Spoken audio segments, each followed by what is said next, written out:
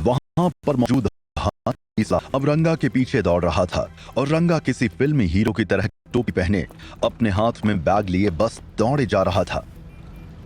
इधर जाम पूरी तरह से खुल गया। रंगा बीच बीच में मुड़कर उस तरफ भी देख लेता जहां विक्रम का ऑटो खड़ा था। चलो भैया जल्दी निकलते हैं यहाँ से। अभी भी हमसे आगे 25-30 गाड़ियां हैं, कम से कम 5 मिनट तो और लगेगा हमें निकलने में।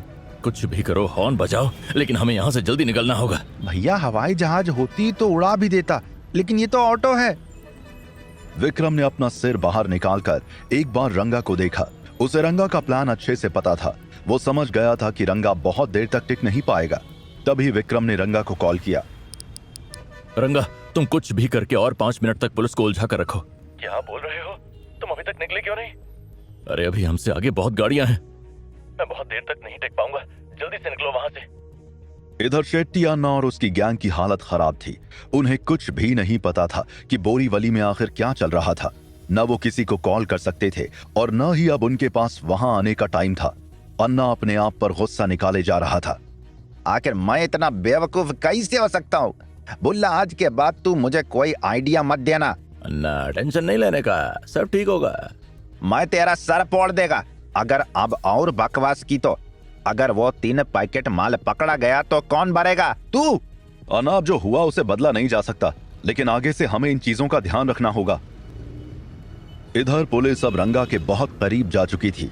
तभी रंगा जाम के बीचों बीच घुस गया। वो पकड़ा नहीं जाना चाहता था, लेकिन वहां बहुत सारे पुलिस वाले होने की वजह से उन्होंने रंगा को घेर लिया और वो धीरे धीरे उसके पास पहुंचने लगे। चलो भैया बढ़ाओ, ऑटो आगे बढ़ाओ। भैया आप चिंता मत करो, थोड़ी भी जगह मिलेगी तो मैं ऑटो निकाल लूंगा। अभी कितनी गाड़ियां दिख रही हैं हमसे आगे? बस 8-10 और बची हैं। अब हम आराम से निकल जाएंगे यहाँ से। लेकिन तभी सारा गेम बिगड़ गया। पुलिस वालों ने रंगा को पकड़ लिया और उसे अब साइड में लाया गया। लेकिन जब उसके बैग की तलाशी ली गई तो उसमें बस कुछ जोड़ी कपड़े ही निकले। पुलिस वालों को उस पर बहुत गुस्सा आया। तू भाग क्यों रहा था? अगर तेरे बैग में कुछ नहीं है तो? रंगा उन पुलिस वालों के सामने मासूम बनने की पूरी एक्टिंग करने लगा। है ना साहब, इस बैग में मेरे कपड़े हैं। शाना बन रहा ना तू? चुपचाप बता, क्यों भाग रहा था तू? साहब, मेरी बीवी पहली बार बंबई आ रही है। थोड़ी देर में उसकी ट्रेन बोरीवली रेलवे स्टेशन पर पहुंचने वाली है। अगर मैं नहीं गया तो उस बेचारी का क्या होगा? वो तो गांव से है, कहीं स्टेशन पर उसे किसी ने लूट वूट लिया तो साले इतना दौड़ने की क्या जरूरत थी? तुझे पता है तेरे चक्कर में हमसे एक मुजरिम छूट सकता था। चलो चलो, सब वापस से अपनी अपनी जगह पर लग जाते हैं। आज वो सप्लायर बच के नहीं जाना चाहिए। अब पुलिस वाले दौड़ लगाकर वापस से नाकाबंदी लगाने जा रहे थे। इधर विक्रम के ऑटो के आगे 3 और गाड़ियां खड़ी थीं। उसने एक बार फिर अपना सिर निकालकर बाहर देखा तो पुलिस उसके बहुत करीब आ चुकी थी। भैया हमें यहाँ से अब निकलना ही होगा। अगर एक बार पुलिस ने हमारा ऑटो क्रॉस कर लिया तो वो हमें रोक लेंगे। अब ऑटो वाले ने भी अपना सिर बाहर निकाल कर देखा। जब उसने अपना सिर अंदर किया तो वो बहुत डरा हुआ था। मारे गए भैया, पुलिस आ चुकी है और वो लोग वापस से नाकाबंदी करने वाले हैं। भैया आप ऑटो आगे बढ़ाते रहो। वो दोनों ही बहुत पैनिक कर रहे थे। ऑटो वाला तो डर के मारे रोने भी लग गया। भैया अब कुछ नहीं हो सकता, पुलिस खड़ी हो गई है। अभी भी विक्रम के ऑटो के आगे एक कार खड़ी थी। विक्रम समझ गया कि अब उनके बचने के कोई चांस नहीं थे। उसने अपना सिर निकालकर रंगा को देखा। रंगा बहुत दूर खड़ा था और 2 पुलिस वाले अभी भी उससे पूछताछ कर रहे थे। भैया आप बिल्कुल चिंता मत करो, ये सारा इल्जाम मैं अपने सिर ले लूंगा और आपको इसमें नहीं फंसने दूंगा। लेकिन ऑटो वाले के आंसू रुकने का नाम ही नहीं ले रहे थे। तभी अचानक कुछ ऐसा हुआ कि सब बदल गया। पुलिस एक बार फिर नाकाबंदी करके छानबीन करने का सेटअप कर ही रही थी कि उनके आगे खड़े कार वाले ने अपनी कार भगा ली। 2-3 पुलिस वाले उसके लिए दौड़े। विक्रम ने जैसे ही ये देखा वो जोर से चिल्लाया, दौड़ाओ भैया, जल्दी से निकलो। ये सुनते ही विक्रम के ऑटो वाले ने भी कार के पीछे पीछे अपना ऑटो दौड़ाया। लेकिन जैसे ही पुलिस उन्हें रोकने के लिए दौड़ी, उनके पीछे खड़े ऑटो और कार वाले भी वहां से भाग निकले। इस तरह से लगभग 7 से 8 ऑटो और गाड़ियां बिना चेकिंग करवाए निकल गईं। लेकिन पुलिस उनके पीछे नहीं भागी, क्योंकि उन्हें भागते हुए देखकर ऐसा नहीं लगा कि ये सब स्मगलर होंगे, बल्कि ऐसा लगा जैसे ये लोग इस जाम से बचने के लिए भागे थे। जाम से निकलकर ऑटो वाले ने अगले 1 किलोमीटर तक अपना ऑटो रोका ही नहीं। अरे रुको भैया, रुको रुको, अब पुलिस नहीं है हमारे पीछे, हम बच गए हैं। ऑटो वाला जैसे अभी भी अपने सेंसेस में नहीं आया था। क्या हम बच गए? पुलिस ने हमें नहीं पकड़ा? मुझे तो विश्वास ही नहीं हो रहा। इधर जैसे ही रंगा ने देखा कि विक्रम का ऑटो निकल गया तो वो भी अब वहां से निकलने का प्लान करने लगा। साहब अगर तलाशी पूरी हो गई हो तो अब मैं जाऊं? हाँ तू जा सकता है, लेकिन आगे से ऐसा कभी मत करना। रंगा जैसे ही जाने लगा, एक पुलिस वाले ने उसे रोका और कहा, ए रुक, तो मुझे कहीं देखा देखा लगता है। जेल की हवा खाई है कभी? क्या मैं? नहीं साहब, मैं क्यों जेल की हवा खाऊंगा? मैं तो रुई बनाने की फैक्ट्री में काम करने वाला मजदूर हूँ। तेरा चेहरा कहीं तो देखा हुआ लगता है। विक्रम के साथ काम करते हुए रंगा और बिल्ला काफी फेमस थे। एक दो बार जेल भी जा चुके थे, इसीलिए उस पुलिस वाले को रंगा का चेहरा कुछ जाना पहचाना सा लग रहा था। लेकिन आज रंगा ने जो कपड़े पहन रखे थे उससे वो पूरी तरह से पहचान में नहीं आ रहा था। नहीं साहब, आपको कोई गलत फहमी हो गई होगी। साहब अब मैं जाता हूँ, मेरी बीवी की ट्रेन आ गई होगी। चल निकल और फिर कभी नजर मत आना। रंगा भी वहां से निकल गया। नाकाबंदी एक बार फिर से लग चुकी थी और पुलिस हर गाड़ी की तलाशी लेकर ही छोड़ रही थी। इधर विक्रम उसी ऑटो से अपनी लोकेशन पर पहुंच चुका था। वो एड्रेस अभी भी उसके दिमाग में छपा हुआ था। विक्रम बिल्डिंग के सेकंड फ्लोर के एक फ्लैट पर पहुंचा, जहां 40 साल का एक मोटा आदमी उसका इंतजार कर रहा था। जैसे ही उसने विक्रम को बैग के साथ देखा, सबसे पहले उसने बैग चेक किया। उसने उसमें से वो 3 पैकेट निकाले और सूंघने लगा। मान गए लड़के कि तुझ में दम है। मेरे लोगों ने बताया कि बाहर पुलिस हर तरफ तलाशी ले रही है, लेकिन तू उनसे भी बचकर आ गया। आज मैं कहता हूं कि तू एक दिन इस अंडरवर्ल्ड का बेताज बादशाह बनेगा। विक्रम को समझ नहीं आ रहा था कि ये दुआ थी या बद्दुआ, लेकिन फिर भी थैंक यू कहकर वो वहां से निकल गया। इधर जैसे ही अन्ना को ये खबर मिली, वो खुशी से पागल हो उठा। अन्ना अपनी पूरी उम्मीद खो चुका था। अरे उस छोटू ने डिलीवरी कर दी है। मैंने कहा था ना अन्ना, सब ठीक होगा। लेकिन तभी अन्ना का मोबाइल बजा। कोई अननोन नंबर था। अन्ना ने उठाया तो सामने से आवाज आई, अन्ना, क्या करूं मैं तेरा? वो आवाज सुनते ही अन्ना का पूरा गला सूख गया।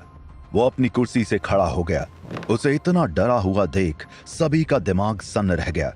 आखिर कौन था कॉल पर, जिसे सुनकर अन्ना की जान हलक में आ चुकी थी।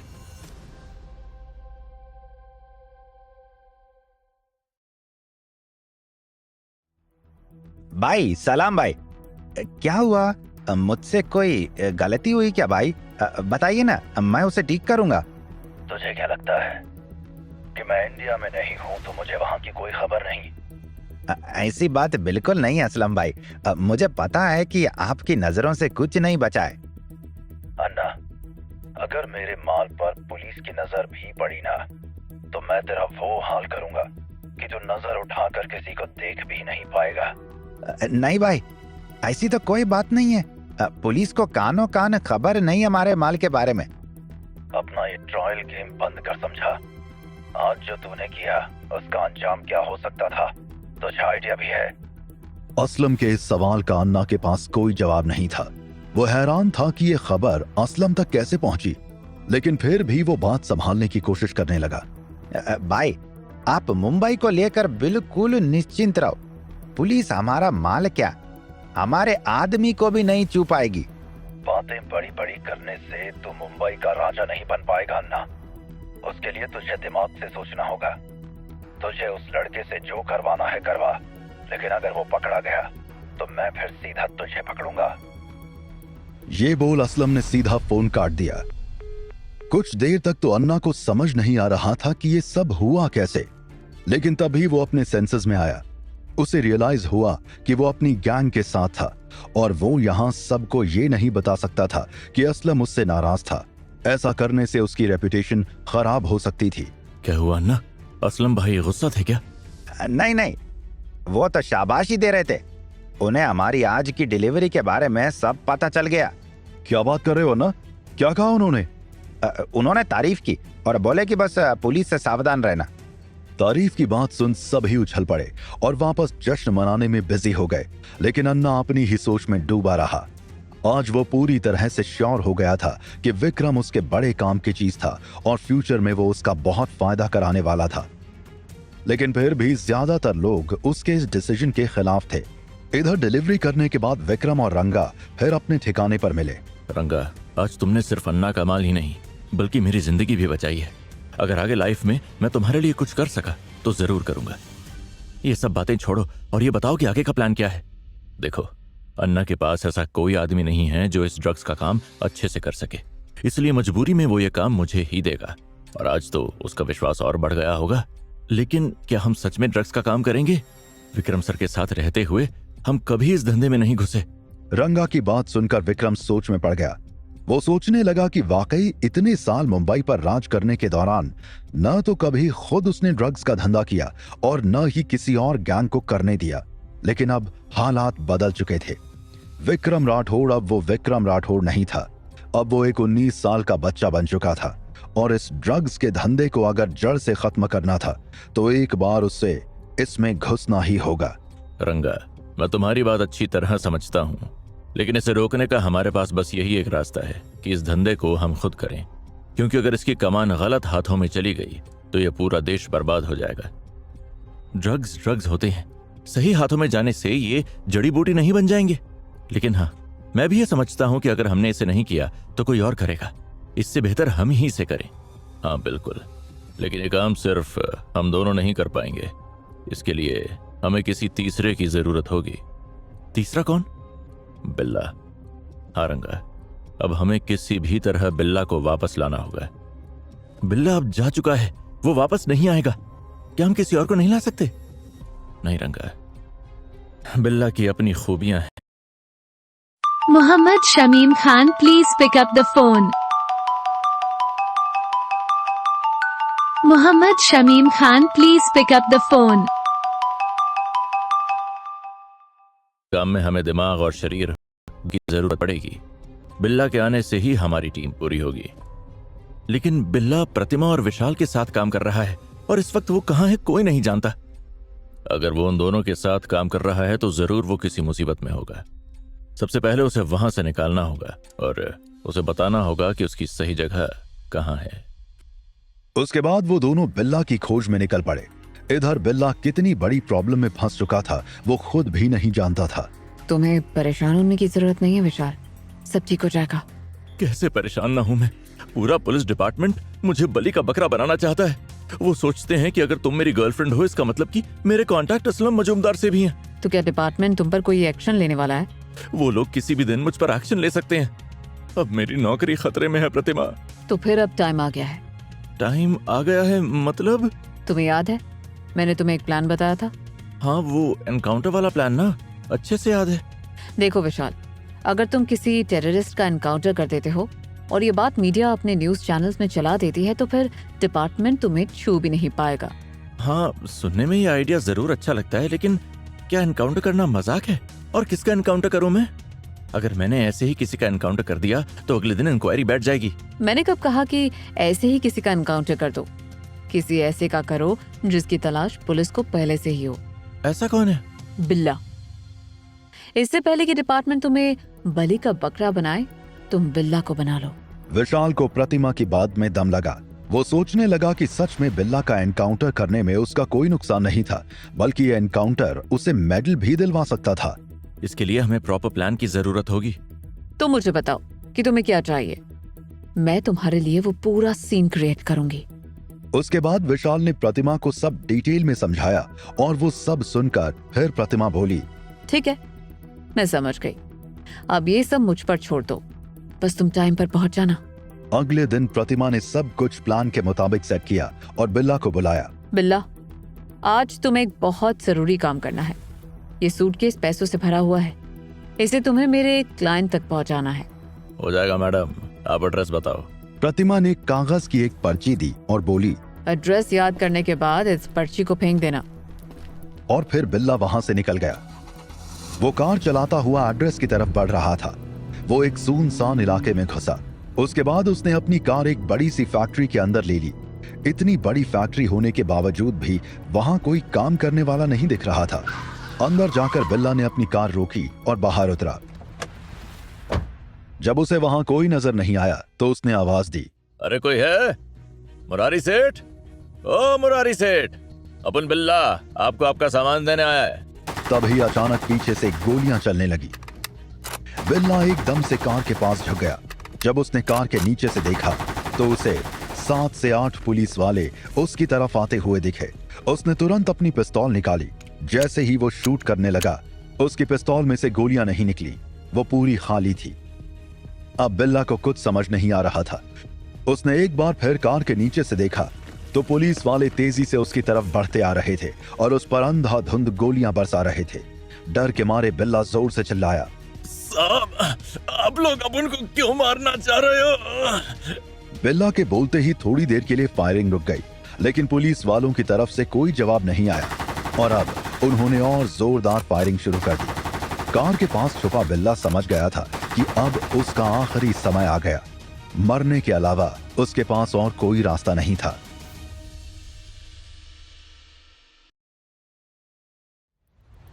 पुलिस वाले बिल्ला पर धुआंधार गोलियां बरसा रहे थे। वो किसी तरह अपनी जान बचाने के लिए कार के पीछे छिपने की कोशिश कर रहा था, लेकिन बिल्ला अब समझ चुका था कि मरने के अलावा उसके पास कोई रास्ता नहीं। लेकिन तभी कुछ हुआ जिससे बिल्ला खुद भी हैरान रह गया।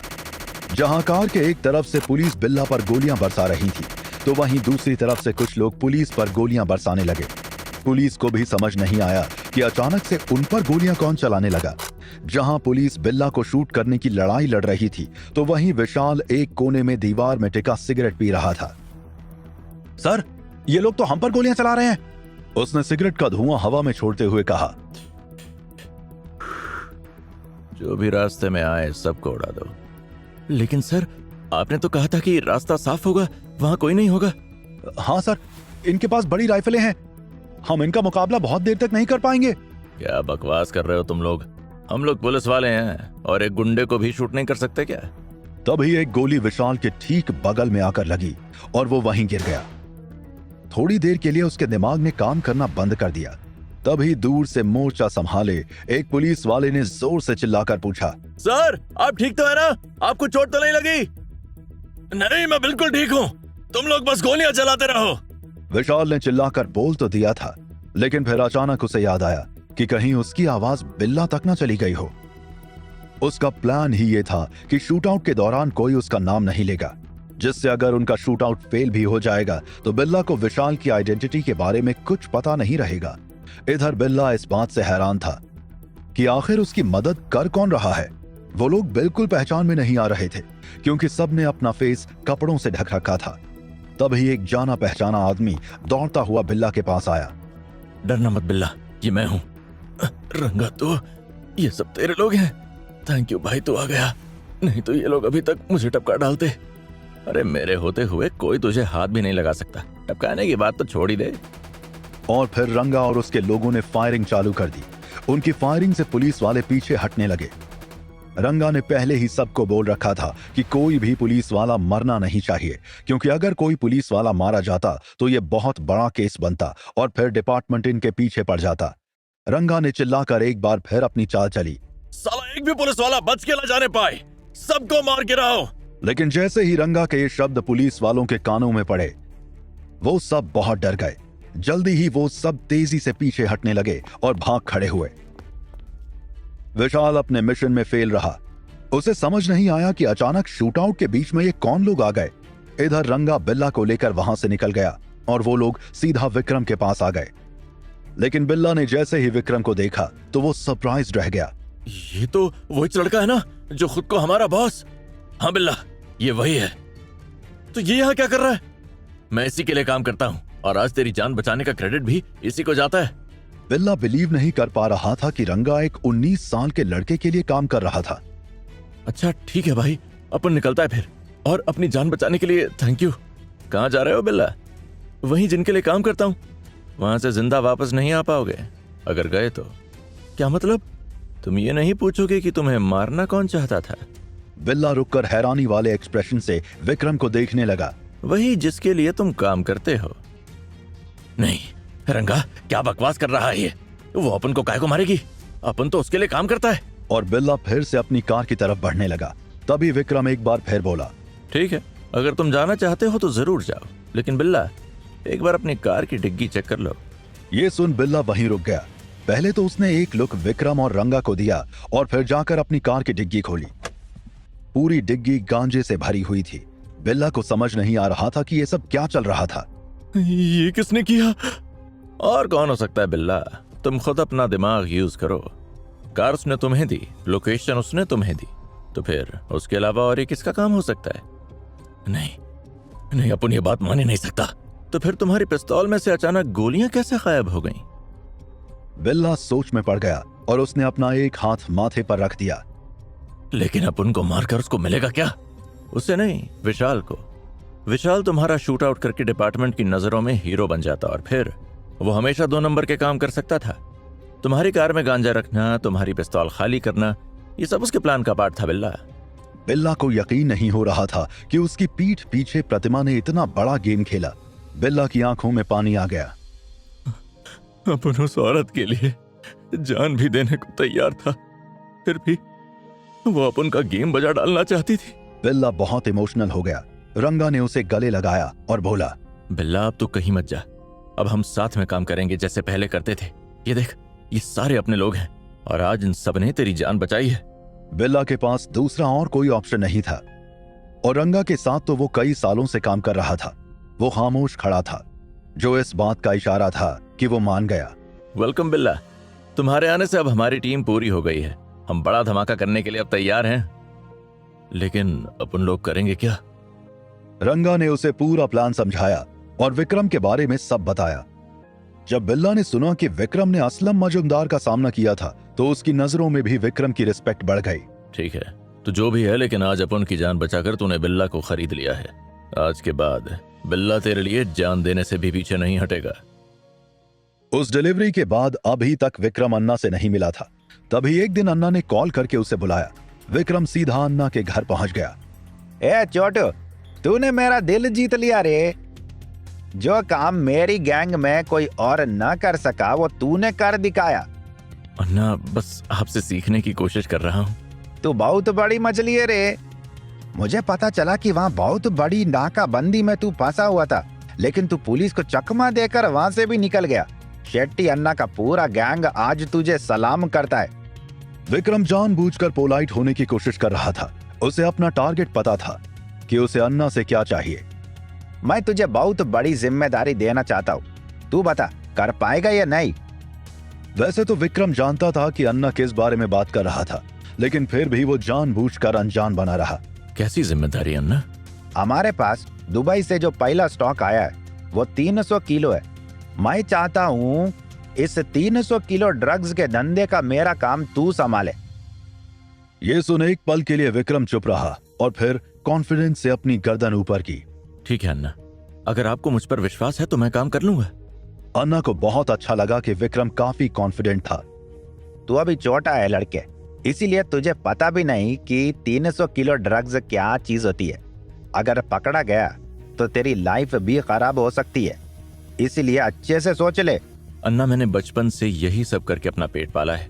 पुलिस की नजरों से बचकर धंधा करना मेरे लिए नई बात नहीं है, लेकिन अगर आप मुझसे इतना बड़ा काम करवाना चाहते हैं तो आपको भी मेरी एक बात माननी पड़ेगी। विक्रम की बात सुनकर अन्ना सरप्राइज हो गया। इससे पहले विक्रम ने कभी इतना खुलकर बात नहीं की थी और आज वो अन्ना के सामने शर्त रख रहा था। अन्ना को खुशी भी हुई कि इसमें दिमाग के साथ साथ हिम्मत भी थी। बोल, क्या चाहिए तुझे? अन्ना, इस काम में मेरे साथ मेरे अपने लोग रहेंगे। तेरे अपने लोग मतलब? अन्ना, मैं जब भी ऐसे कोई काम करता हूँ तो अकेला नहीं होता।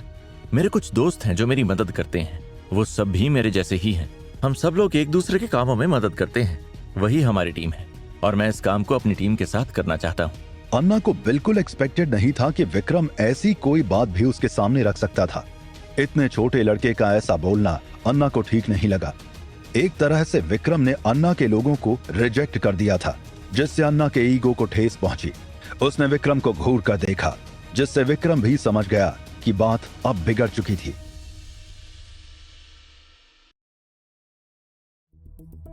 ए छोटो, तूने काम जरूर बड़ा किया है, लेकिन क्या तुझे सच में ऐसा लगता है कि मेरी गैंग में कोई भी ऐसा नहीं है जो ये काम कर सके? विक्रम जानता था कि अगर उसने यहाँ बात को नहीं संभाला तो सब कुछ खराब हो सकता था। नहीं अन्ना, ऐसी बात बिल्कुल भी नहीं। आपकी गैंग का हर आदमी वो काम कर सकता है जो मैंने किया। तो फिर तू मेरे लोगों के साथ काम क्यों नहीं करना चाहता? अन्ना, अगर आप ये धंधा मुझे मेरे हिसाब से करने दोगे तो आप ज्यादा फायदे में रहोगे। आपकी गैंग के ज्यादातर लोगों को पुलिस पहचानती है। अगर वो एक पैकेट में खाना पैक करवा के भी जा रहे होंगे तो भी पुलिस उनकी तलाशी लेगी, लेकिन मेरे दोस्तों के बारे में पुलिस को कुछ नहीं पता, इसलिए हम इस काम को बहुत आराम से कर पाएंगे। विक्रम की बात सुनकर अन्ना हैरान था। उसकी बात 100% सही थी। लेकिन अन्ना सोच में पड़ गया था कि एक 19 साल का लड़का जैसा सोच सकता था वैसा अन्ना खुद भी नहीं सोच पा रहा था। अन्ना विक्रम से बहुत इंप्रेस हुआ। चल ठीक है, मैं तेरी बात मानने को तैयार हूँ, लेकिन अगर माल पकड़ा गया तो फिर क्या करेगा? उसकी भरपाई कौन करेगा? अन्ना, माल पकड़े जाने का रिस्क तो आपके साथ भी है। अगर ये माल आपके हाथों पकड़ा जाएगा तो फिर आप क्या करोगे? आज विक्रम जिस तरह से अन्ना से बात कर रहा था उसने पहले कभी नहीं की थी, और न ही अन्ना की गैंग में कोई उससे ऐसे बात करने की हिम्मत कर पाता था। उसे ऐसे बात करता देख बुल्ला को बहुत गुस्सा आया। ए छोकरे, भूल मत कि तू मुंबई के सबसे बड़े डॉन शेट्टी अन्ना के सामने खड़ा है। मैं ये बात अच्छी तरह से जानता हूँ और यहाँ पर कोई ऐसा नहीं है जो मुझसे ज्यादा अन्ना की रिस्पेक्ट करता हो। मैंने तो अपनी बात बस इसलिए रखी क्योंकि 300 किलो ड्रग्स का मामला है। एक छोटी गलती भी हम सबको बर्बाद कर सकती है। उसकी बात सुनकर अन्ना के चेहरे पर मुस्कान आ गई और अन्ना को अंदर ही अंदर खुद पर फक्र होने लगा, क्योंकि वो अन्ना ही था जिसने विक्रम की काबिलियत को पहचाना था। चल ठीक है, मैं तेरी हर बात मानने को तैयार हूँ, लेकिन एक बात याद रखना, अगर तेरी गलती से हमारे माल को कुछ होता है तो असलम भाई तुझे छोड़ेगा नहीं। अन्ना, आप बिल्कुल चिंता मत करो, मेरे दिमाग में एक जबरदस्त प्लान है। उसके बाद अन्ना ने 300 किलो ड्रग्स के धंधे का काम विक्रम को सौंप दिया और विक्रम वहां से चला गया। लेकिन अन्ना की गैंग के लोग उसके इस डिसीजन से थोड़े नाखुश थे। अन्ना, ये आप बहुत बड़ा रिस्क ले रहे हो। हम पहली बार ड्रग्स का धंधा कर रहे हैं और हमारा कोई आदमी उसके साथ नहीं होगा। अन्ना, छोटू बहुत टैलेंटेड लड़का है, लेकिन इस तरह से सब कुछ उसे सौंप देना मुझे भी ठीक नहीं लग रहा। मैं तुम लोग की बात अच्छी तरह से समझता हूँ, लेकिन तुम लोगों ने उसकी आंखें देखी, उसमें मौत का डर नहीं था। वो जीतने के लिए कुछ भी कर गुजरने को तैयार है। इस धंधे के लिए हमें ऐसे ही लोग चाहिए। और हम असलम भाई को क्या जवाब देंगे? भाई को सिर्फ धंधे से मतलब है, मैं किससे करवा रहा हूँ इस बात से नहीं, और ये काम छोटू के करने से हम हर तरफ से फायदे में है। वो कैसे? देख बुल्ला, पुलिस को इस बात की खबर तो है ही कि दुबई से ड्रग्स मुंबई आया, इसलिए वो हमारे लोगों पर नजर रखे हुए, लेकिन कोई सपने में भी नहीं सोच सकता कि ये काम एक 19 साल का लड़का कर रहा होगा। अब अन्ना की इस बात को कोई नहीं काट सका। बुल्ला और सुलेमान जानते थे कि पुलिस हर वक्त साए की तरह उनका पीछा कर रही होती थी।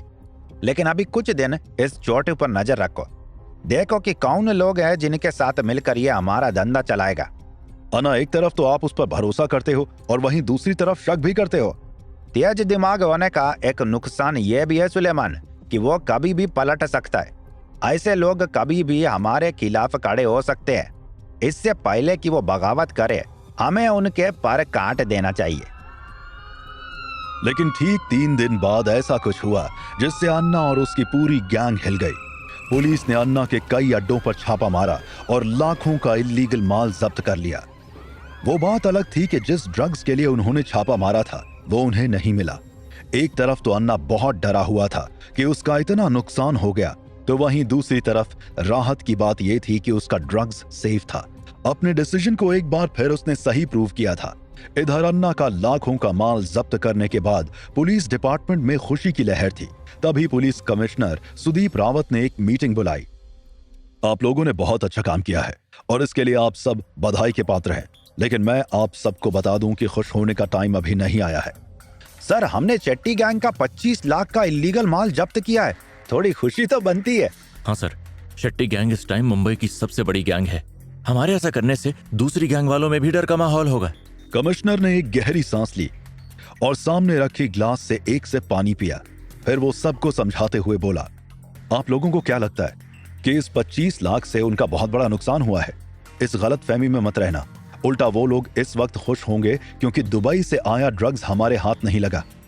हमारा असली मकसद उस ड्रग्स को पकड़ना है, और जब तक वो हमारे हाथ नहीं लगता, मैं नहीं चाहता कि आप में से कोई भी चैन की सांस ले। इतना बोलकर कमिश्नर ने मीटिंग डिसमिस की और बाहर अपनी कार के पास खड़ा होकर सिगरेट पीने लगा। तभी वहां पर उसका एक खास आदमी आया। ये इंस्पेक्टर भूषण था। इंस्पेक्टर भूषण डिपार्टमेंट का सबसे ऑनेस्ट और हार्ड वर्किंग ऑफिसर था, इसलिए कमिश्नर उसे बहुत पसंद करता था और अपने सारे प्लान उसे बताता था। जैन सर, सर आपने तो कहा था ड्रग्स इन्हीं 3-4 अड्डों में ही कहीं रखा हुआ है। हाँ भूषण, मुझे भी ऐसी ही खबर मिली थी, लेकिन वो कमीने हमसे ज्यादा चालाक निकले। सर अगर आप बुरा ना माने तो एक बात कहूं। बोलो बोलो इंस्पेक्टर, घबराने जैसी कोई बात नहीं। सर मुझे पता है कि शेट्टी गैंग में आपका कोई खबरी है, उसी की दी हुई खबर पे भरोसा करके आप आगे का एक्शन लेते हैं। लेकिन सर कहीं ऐसा तो नहीं कि आपका वो खबरी आपको डबल क्रॉस कर रहा है? नहीं इंस्पेक्टर, अगर वो डबल क्रॉस कर रहा होता तो शेट्टी अन्ना अपना 25 लाख का माल नहीं पकड़वाता। 25 लाख बहुत बड़ा अमाउंट होता है। लेकिन सर ये तीसरी बार है जब हम फेल हुए हैं। आई नो इंस्पेक्टर, कुछ तो गड़बड़ चल रही है वहाँ, और अब मुझे इसका पता लगाना ही होगा। और फिर कमिश्नर अपनी कार में बैठकर वहां से चला गया। इधर विक्रम रंगा और बिल्ला के साथ काफी टेंशन में बैठा था। हमने अन्ना के अड्डों के बारे में पुलिस को कुछ नहीं बताया। इसका ये मतलब हुआ कि अन्ना के आसपास कोई है जो वहां की खबर पुलिस तक पहुंचा रहा है। लेकिन अपन लोग को उस बारे में काय को सोचना? वैसे भी वो लोग अपन सबके दुश्मन लोग हैं। जब तक अपन सब सेफ हैं, टेंशन काय को लेने का? नहीं बिल्ला, पुलिस ने अन्ना के उन अड्डों पर छापा मारा है जिनके बारे में अन्ना की गैंग के लोगों को भी नहीं पता था। उनके बारे में सिर्फ अन्ना, चंदन और उनके एक दो खास लोग ही जानते थे। वैसे बिल्ला गलत नहीं बोल रहा। हमें परेशान होने की क्या जरूरत है? हमारा धंधा उनसे एकदम अलग है और अभी तक हम तो सेफ ही हैं। सोचो रंगा, अगर पुलिस उनके ठिकानों तक पहुंच सकती है तो किसी न किसी दिन हम तक भी पहुंच जाएगी। और ये काम पुलिस खुद से नहीं कर रही, कोई है जो सारी बातें पुलिस तक पहुंचा रहा है। इसका ये भी मतलब हुआ कि आज नहीं तो कल पुलिस ये भी जान जाएगी कि अन्ना के ड्रग्स का काम हम कर रहे हैं। विक्रम की बात सुनकर अब रंगा और बिल्ला को भी रियलाइज हुआ कि वो सब भी रिस्क में थे। इसलिए अब हमारा पहला काम उस जासूस का पता लगाना है जिसे पुलिस ने शेट्टी गैंग में भेज रखा है। अरे मेरी चाय कहाँ है? अभी तक नहीं आई। साला सुबह सुबह मेरे हाथ से मारे जाओगे। टीवी का रिमोट भी जगह पर नहीं है। चंदन की आवाज सुनते ही उसके घर का एक नौकर तुरंत चाय और टीवी का रिमोट लेकर उसके सामने आ गया। चाय का कप हाथ में लेते हुए चंदन ने रिमोट का बटन दबाया। खबर मिली है कि सामाजिक दल पार्टी के एक्स एमएलए चंदन शेट्टी दरअसल गैंगस्टर शेट्टी अन्ना के भाई है। तो क्या सामाजिक दल पार्टी इतने सालों तक एक गैंगस्टर को टिकट देती आई थी? सवाल तो ये भी उठते हैं कि क्या इस पार्टी के कनेक्शन सीधे दुबई से है? क्या पार्टी के लिए fund underworld don Aslam Majumdar देता है? अब क्या इस देश को ऐसी पार्टियां चलाएंगी जो गुंडों के टुकड़ों पर पलती हैं? ये खबर देख चंदन शेट्टी वहीं जम गया। उसने चैनल बदला। हर चैनल इसी न्यूज को चला रहा था। ये देखते ही उसके दिमाग ने काम करना बंद कर दिया और उसने गुस्से में अपने चाय का कप टीवी पर फेंक दिया। नहीं, ये कैसे हो सकता है? इन सबको जिंदा जला दूंगा मैं। कि तभी उसका मोबाइल बजा। फोन उसकी पार्टी के हेड का था। चंदन जल्दी से पार्टी ऑफिस पहुंचो, मुझे तुमसे बात करनी है। इतना पावरफुल होने के बाद भी चंदन इस कॉल से थोड़ा डर गया और वो तुरंत रेडी होकर पार्टी ऑफिस के लिए निकल पड़ा। जब पुलिस ने अन्ना का 25 लाख का इल्लीगल माल जब्त किया तो मीडिया ने इसे बहुत बड़ी न्यूज बनाया। हर न्यूज चैनल इस खबर को धड़ल्ले से चला रहा था। लेकिन चंदन शेट्टी अन्ना का भाई था। ये बात ज्यादा पब्लिक को नहीं पता थी। चंदन बहुत पावरफुल नेता था और पिछले 15 साल से वो एमएलए था। ऑपोजिशन के पास चंदन को कमजोर करने का यही मौका था। उन्होंने न्यूज चैनल्स को पैसे खिलाकर ये न्यूज हर चैनल में चलवा दी। अब चंदन बहुत दबाव में आ गया। वो जैसे ही ऑफिस आया, पार्टी हेड उसी का इंतजार कर रहा था। देखो चंदन, तुम आज तक क्या करते आए हो हमें कभी कोई मतलब नहीं रहा, लेकिन अगर तुम्हारी वजह से पार्टी की रेपुटेशन खराब होगी तो हम शायद तुम्हें टिकट ना दे पाएं। पार्टी हेड की बात सुन चंदन को बहुत गुस्सा आया। ये मत भूलो मिनिस्टर कि आज तुम जिस कुर्सी पर बैठे हो वो भी चंदन शेट्टी की देन है। अगर पार्टी मुझे टिकट नहीं देती तो ये भी याद रखना कि पार्टी एक भी सीट नहीं जीत पाएगी। चंदन ने पार्टी हेड को भले ही धमकी दे दी थी, लेकिन अंदर से वो जानता था कि अब उसका पॉलिटिकल करियर खतरे में था। उसे जल्दी ही कुछ करना था, क्योंकि अगर उसे पॉलिटिक्स से हटा दिया गया तो उसकी सारी पावर चली जाएगी और लोगों में से उसका डर भी खत्म हो जाएगा। इधर विक्रम ने अभी ड्रग्स के धंधे के काम को रोक रखा था और पहले वो अन्ना की गैंग में चल रही इंटरनल पॉलिटिक्स को अच्छे से जान लेना चाहता था। अभी हमारा आगे का क्या प्लान है? मैं अभी कुछ दिन अन्ना के साथ ही रहूंगा रंगा, और ये पता करूंगा कि उसके दिमाग में आखिर चल क्या रहा है। मतलब अभी अपन लोग फ्री हैं, कोई भी काम नहीं।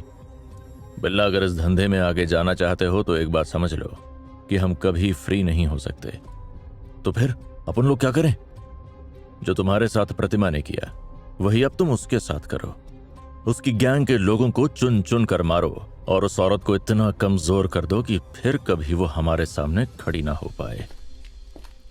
इतना बोल विक्रम वहां से चला गया। मुंबई अंडरवर्ल्ड और पुलिस के बीच कुत्ते बिल्ली का खेल चल रहा था।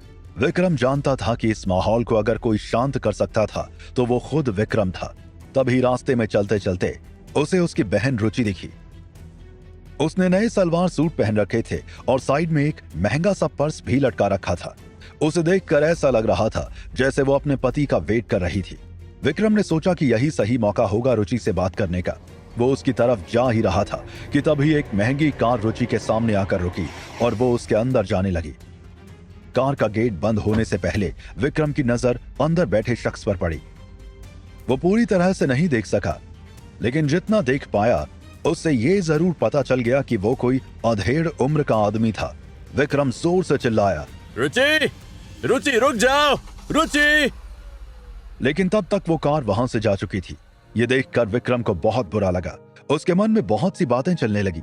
मुझे पहले से ही शक था कि रुचि अच्छी लाइफ नहीं जी रही, लेकिन क्या उसकी सिचुएशन इतनी खराब है कि उसे ऐसा काम करना पड़ रहा है? मुझे रुचि से बात करनी होगी और उसकी हेल्प करनी होगी। उसके बाद विक्रम सीधा अन्ना के पास पहुंचा। यह मीटिंग चंदन शेट्टी ने बुलाई थी, तो जाहिर सी बात थी कि वहां गैंग के ज्यादातर लोग मौजूद थे। तभी अचानक विक्रम की नजर सुलेमान पर पड़ी और उसे देखकर ना जाने क्यों विक्रम के पूरे बदन में आग सी लग गई। सुलेमान की वजह से ही तो उसकी बहन रुचि को ऐसा घिनौना काम करना पड़ रहा था। इधर चंदन बहुत गुस्से में था और वो एकदम से अन्ना पर बरस पड़ा।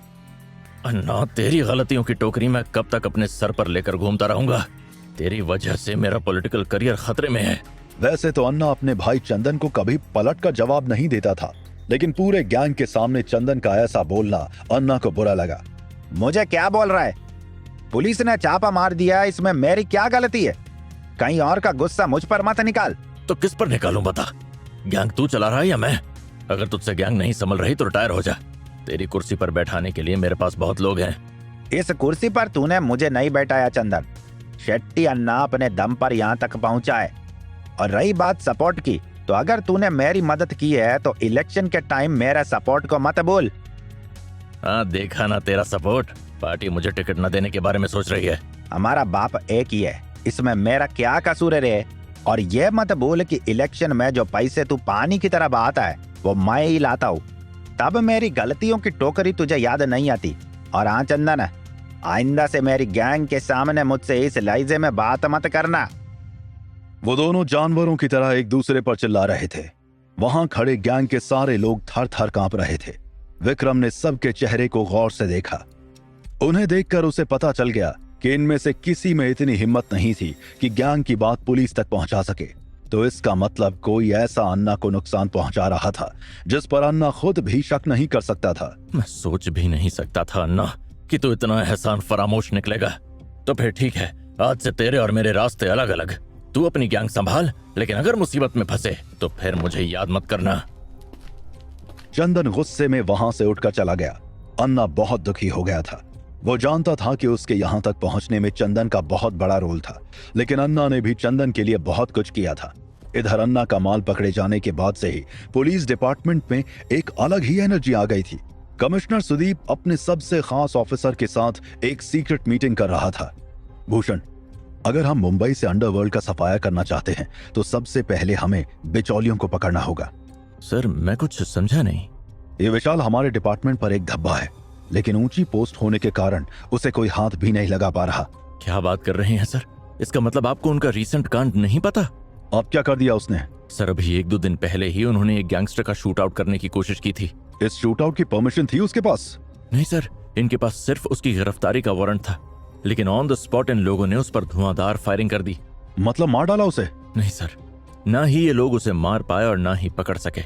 और सबसे इंटरेस्टिंग बात यह है सर कि वो गैंगस्टर इनकी गर्लफ्रेंड प्रतिमा की ही गैंग का है। कमिश्नर को सारा गेम समझ में आ गया। ये तुमने बहुत सही खबर दी है भूषण। एक काम करो, तुम इसके खिलाफ कुछ प्रूफ इकट्ठे करो, फिर मैं इसे बताता हूँ। समझ गया सर। इधर विक्रम रंगा बिल्ला और अपने 8-10 लोगों की टीम के साथ बैठा ड्रग्स को पुलिस से बचाए रखने की प्लानिंग कर रहा था कि तभी विक्रम का मोबाइल बजा। विक्रम ने देखा कि कोई अननोन नंबर था। उसने फोन उठाया। हेलो, कौन बोल रहा है? वही जिसे इंट्रोडक्शन की जरूरत नहीं असलम भाई।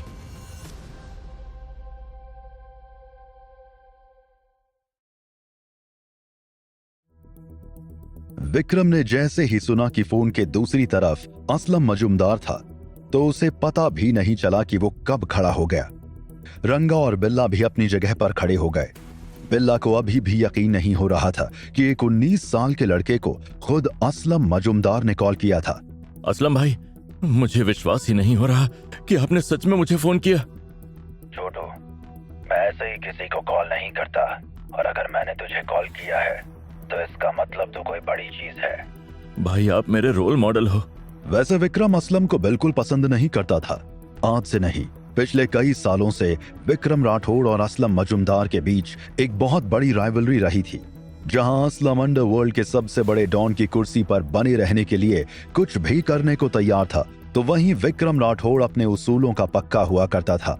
लेकिन फिर वक्त बदला, हालात बदले और यहाँ तक कि विक्रम का पूरा शरीर बदल गया। इसलिए अब विक्रम को भी बदलना पड़ा। तो पिस्तौल से निकलने वाली कोई छोटी मोटी गोली नहीं, बल्कि बम का एक गोला है। लेकिन तुझे पता है ऐसा होने के अपने कुछ नुकसान होते हैं। भाई मैं कुछ समझा नहीं। मुझे पता है कि मेरा ड्रग्स तेरे पास है, लेकिन सवाल ये है कि तू ड्रग्स का धंधा करने के काबिल है या नहीं। भाई आप मुझ पर विश्वास करिए, इस काम को करने के लिए इस वक्त सबसे बेस्ट आदमी मैं ही हूँ। ये मुझे तू प्रूफ करके दिखा। विक्रम को समझ नहीं आया कि असलम उससे क्या करवाना चाहता था। भाई इसका सबसे बड़ा प्रूफ ये है कि अन्ना का इतना सारा माल पकड़ा गया, लेकिन ड्रग्स कहाँ है? पुलिस को इसकी कानो कान खबर नहीं है। विक्रम की बात सुनकर असलम जोर जोर से हंसने लगा। इससे विक्रम को थोड़ी हैरानी हुई। तूने ड्रग्स को सेफ रखा, इसीलिए तो मैंने तुझे बम कहा, लेकिन पुलिस को नहीं पता। इससे ये नहीं प्रूव होता कि ड्रग्स सेफ है। तूने ड्रग्स कहाँ छुपा रखा है, इस बारे में किसी को नहीं पता होना चाहिए। भाई आप मुझ पर विश्वास करिए, किसी को भी नहीं पता, यहाँ तक कि अन्ना को भी नहीं। किसी में तो मैं भी आता हूँ। ड्रग्स सेफ तब होगा जब मुझे भी पता नहीं होगा।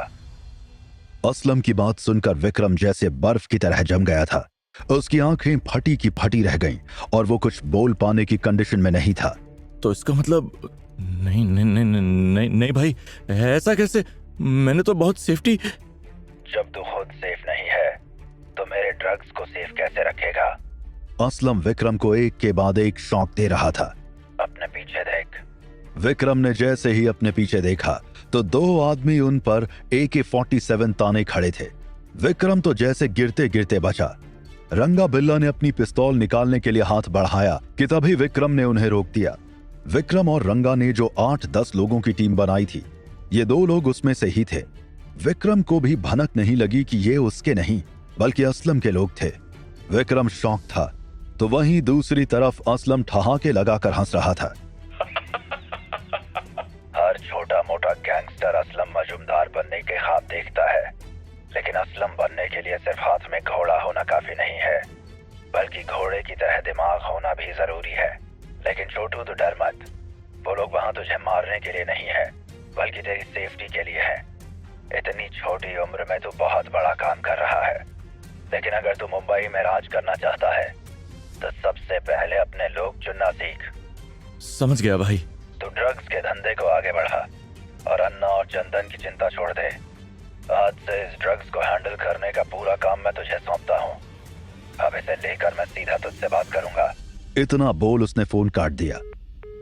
फोन काटकर जब विक्रम ने वापस पीछे की तरफ देखा तो वो 2 लोग वहां से जा चुके थे। बिल्ला को बहुत गुस्सा आया और वो अपने बाकी बचे आदमियों पर चिल्लाने लगा। क्या रे तुम लोग ऐसे गैंगस्टर बनोगे?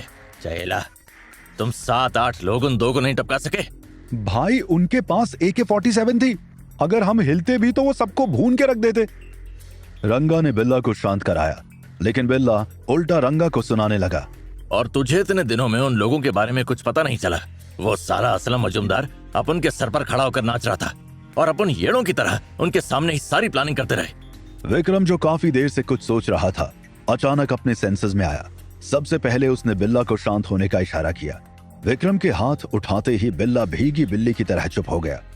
बिल्ला अच्छी तरह से जानता था कि जिस आदमी को खुद असलम मजूमदार ने कॉल किया हो वो कोई छोटी मोटी चीज नहीं होगा। उसके बाद विक्रम ने अपने सारे आदमियों को बाहर जाने का इशारा किया। अब वहां सिर्फ विक्रम और रंगा बिल्ला ही थे।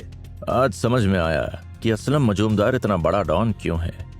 अगर हमें भी बड़ा गेम खेलना है तो असलम की तरह बड़ा सोचना होगा। बड़ा सोचना मतलब सबसे पहले तो अब हम किसी पर भी भरोसा नहीं कर सकते। दूसरा कि हर जगह हमारे आदमी होने चाहिए। पुलिस डिपार्टमेंट में क्या चल रहा है, अन्ना की गैंग में क्या चल रहा है, चंदन की पार्टी उस पर क्या एक्शन लेने वाली है, प्रतिमा और विशाल की अगली प्लानिंग क्या है, हर चीज मुझे होने से पहले पता होनी चाहिए। रंगा, अपने लोग हर जगह फिट करो। अब मैं चलता हूँ। इतना बोल विक्रम ने एक छोटा सा बैग उठा लिया। कहाँ जा रहे हो? एक जरूरी काम निपटाना है। तुम अब ऐसे नहीं जा सकते, अकेले बहुत रिस्क है। अकेले से ज्यादा रिस्क तो यहाँ है रंगा। पहले चेक करो कि जिन्हें हम अपने लोग समझ रहे हैं क्या वाकई वो अपने लोग हैं भी या नहीं। उसके बाद विक्रम ने अपने बैग की चेन खोलकर कुछ चेक किया और फिर वहां से निकल गया। जुहू लिंक रोड की एक सुनसान गली, जहां बीच बीच में लगी स्ट्रीट लाइट वहां के घुप अंधेरे को तोड़ रही थी। कमिश्नर सुदीप वहीं 2 रोड लाइटों के बीच के अंधेरे में खड़ा किसी का इंतजार कर रहा था। तभी इंस्पेक्टर भूषण बाइक चलाता हुआ वहां पहुंचा। भूषण, इतनी क्या इमरजेंसी थी जो तुमने मुझे इतनी रात को बुलाया? सर, ये बात मैं फोन पर नहीं बता सकता था क्योंकि मुझे डर था कि कहीं आपका फोन कोई टैप ना कर रहा हो। अच्छा चलो अब जल्दी बताओ क्या बात है। सर, मैंने आपको ये फाइल देने के लिए बुलाया है। ऐसा क्या है इस फाइल में जो इतनी रात को तुम्हें आना पड़ा? सर, कल मुझे किसी का धमकी भरा फोन आया। जब मैंने सारे सबूत इकट्ठा किए और कॉल रिकॉर्डिंग निकलवाई तो मुझे पता चला। इससे पहले कि भूषण अपनी बात पूरी कर पाता, एक गोली आकर भूषण को लगी और वो वहीं गिर गया। कमिश्नर कूद कर कार के दूसरी तरफ भागा। तभी गोली चलाते हुए 2 बाइक सवार आए और जमीन पर गिरी उस फाइल को उठाकर चले गए। उनके जाने के तुरंत बाद कमिश्नर ने इंस्पेक्टर भूषण की सांसें चेक की। अरे ये तो जिंदा है। वो तुरंत भूषण को कार में लिटाकर हॉस्पिटल ले गया। इधर रात के अंधेरे में विक्रम अपना वही बैग लिए ऑटो से कहीं जा रहा था। थोड़ी देर बाद उसका ऑटो एक पुरानी सी बस्ती के अंदर घुसा। बस यहीं रोक दो भैया। वहां से विक्रम 100-150 मीटर पैदल चलता चलता अंदर गया और एक झोपड़ी नुमा पुराने से घर के सामने जाकर रुक गया। पूरे मोहल्ले में सन्नाटा छाया हुआ था, लेकिन उस घर के अंदर से उसे हल्की सी कुछ आवाज सुनाई दी। वो लेफ्ट साइड की दीवार की खिड़की के पास गया। खिड़की से उसने जो देखा, उसे देख उसके होश उड़ गए। एक लड़की बिना कपड़ों के जमीन पर उल्टी लेटी हुई थी। तभी किचन की तरफ से लुंगी लपेटे एक आदमी आया जिसके हाथ में बेल्ट था। वो उस लड़की की पीठ पर एक के बाद एक बेल्ट बरसाने लगा। पिटते पिटते लड़की ने जब अपनी गर्दन घुमाई तो उसकी नजर भी खिड़की पर खड़े विक्रम से टकरा गई, लेकिन उस लड़की ने कोई आवाज नहीं की। वो लड़की कोई और नहीं बल्कि रुचि थी और सुलेमान उसे जानवरों की तरह पीट रहा था। जैसे ही रुचि की नजर विक्रम पर पड़ी, उसके आंसू पानी की तरह बहने लगे। उसे देखकर विक्रम जमीन पर ऐसे गिरा जैसे उसे लकवा मार गया हो।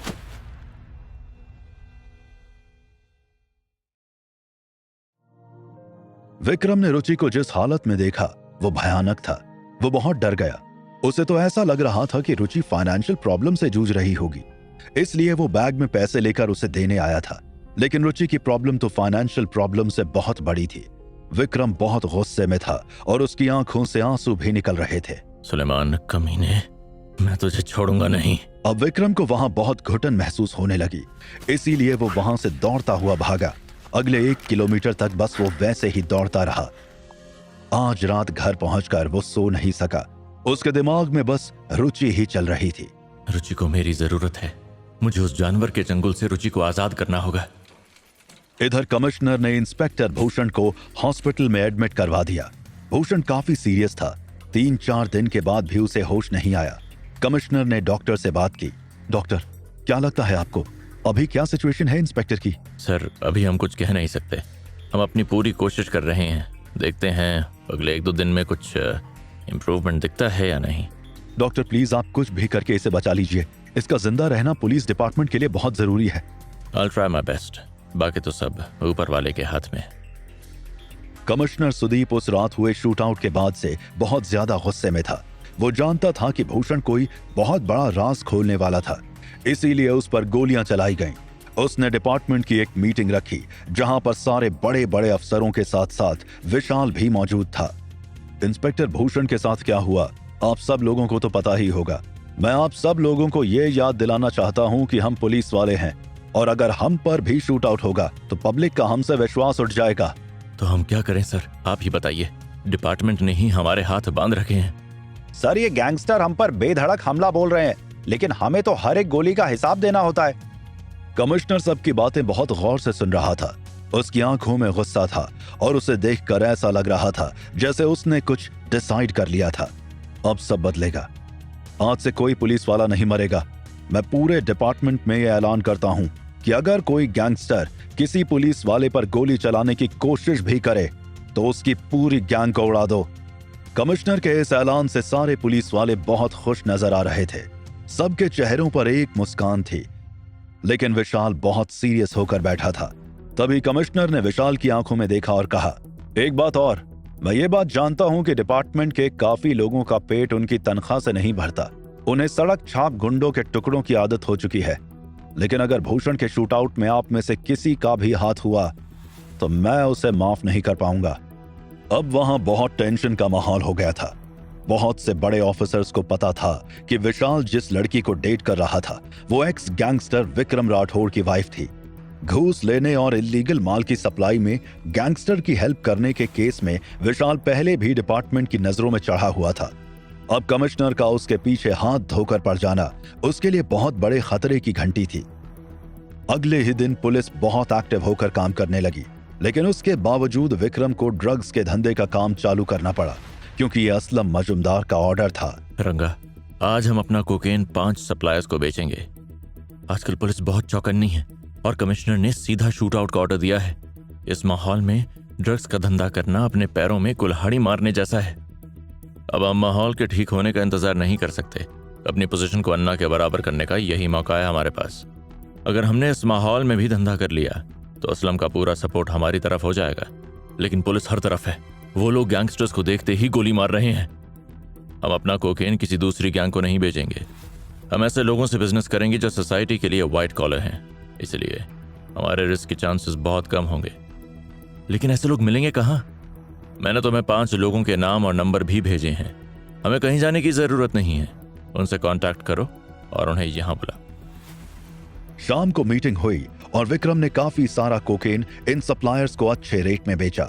ये छुपे हुए सप्लायर्स थे जो छोटे छोटे वेंडर्स के थ्रू ड्रग्स को आम पब्लिक तक पहुंचाते थे। इनका गैंगस्टर से कोई लेना देना नहीं था, इसीलिए ये लोग पुलिस की नजरों में भी नहीं होते थे।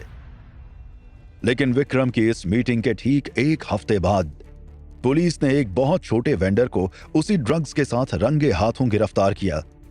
गिरफ्तार करते ही पुलिस ने उसे तुरंत रिमांड पर ले लिया। देख, तू जितनी जल्दी मुंह खोलेगा तेरे लिए उतना ही अच्छा होगा। साहब, मैं जो कुछ भी जानता था आपको सब बता चुका हूँ। तभी पुलिस ने उसे खींचकर एक झापड़ मारा।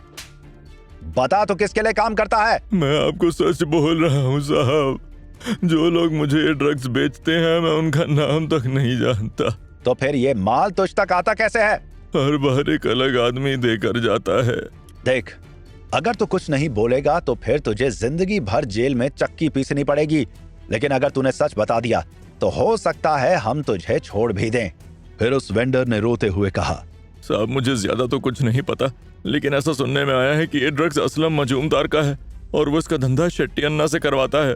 कितना ड्रग्स आया है मुंबई? कहते हैं कि 200-300 किलो मुंबई आ चुका है, अभी और आना बाकी है। ये सब मैंने बस सुना है, कितना सच है कितना झूठ ये नहीं पता। जैसे ही कमिश्नर को ये बात पता चली उसने पूरी पुलिस फोर्स को एक्टिव कर दिया। कल हम अपनी पूरी पुलिस फोर्स के साथ शेट्टी अन्ना को गिरफ्तार करेंगे। इन हरामजादों ने शहर को नर्क बना रखा है। अब वक्त आ गया है कि इनका सफाया किया जाए। उसी रात विक्रम रंगा और बिल्ला के साथ काफी रिलैक्स बैठा था। तभी रंगा ने पूछा, मुझे तुम्हारी चाल समझ नहीं आई। तुमने उस वेंडर को क्यों पकड़वाया? अब तो पुलिस के पास हमारे कोकेन का सैंपल भी है, इससे हमारा रिस्क बढ़ गया। अगर प्यादे से राजा मारा जा सकता है तो वजीर क्यों निकालना? क्या मतलब है इसका? इस छोटे से प्यादे की वजह से कल पुलिस राजा के पीछे हाथ धोकर पड़ जाएगी। अब रंगा को विक्रम की चाल समझ में आई। तो क्या कल अन्ना? ओह, तो ये सारा प्लान अन्ना को कमजोर करने का था? हाँ रंगा, क्योंकि खेल सिर्फ असलम मजूमदार और मेरे बीच चलेगा, बाकी सबको साइड होना होगा। अगली सुबह सबके लिए बहुत इंपॉर्टेंट थी। जहां पूरी पुलिस फोर्स अन्ना को पकड़ने जाने वाली थी, वहीं विक्रम इस तमाशे का बेसब्री से इंतजार कर रहा था। कि तभी एक बड़ा पटाखा फूटा। सुबह सुबह ही इंटरनेट पर चंदन का एक इंटरव्यू वायरल होने लगा। सर, पब्लिक में आपको लेकर बहुत गुस्सा है। उन्होंने आपको अपना नेता चुना और अब ऐसी खबरें आ रही हैं कि मशहूर गैंगस्टर शेट्टी अन्ना आपके भाई हैं। देखिए, मैं पिछले 15 सालों से एमएलए हूँ। मैं बस जनता की सेवा करने वाला एक सेवक हूँ और इसलिए जनता मुझे इतना प्यार करती है। और रही बात शेट्टी अन्ना की, तो हाँ, वो मेरा भाई है, लेकिन पिछले 15 सालों से मेरा उससे कोई संबंध नहीं। सर, क्या ये सच है कि आपके भाई के रिश्ते अंडरवर्ल्ड डॉन असलम मजूमदार से भी हैं? देखिए, अगर मेरा भाई मुजरिम है तो उसे सजा जरूर दी जाए, लेकिन आप लोग बिना किसी प्रूफ के उसका नाम इतने बड़े टेररिस्ट से मत जोड़िए। असलम मजूमदार एक भगोड़ा है और दुबई में बैठकर अपना रैकेट चला रहा है। असलम हमारे देश का सबसे बड़ा दुश्मन है। अब तक वो सलाखों के पीछे होना चाहिए। विक्रम ने जैसे ही इस इंटरव्यू को देखा उसका माथा चकरा गया। ये चंदन की एक सोची समझी चाल थी। इधर जब पुलिस अन्ना को गिरफ्तार करने गई तो वो फरार था।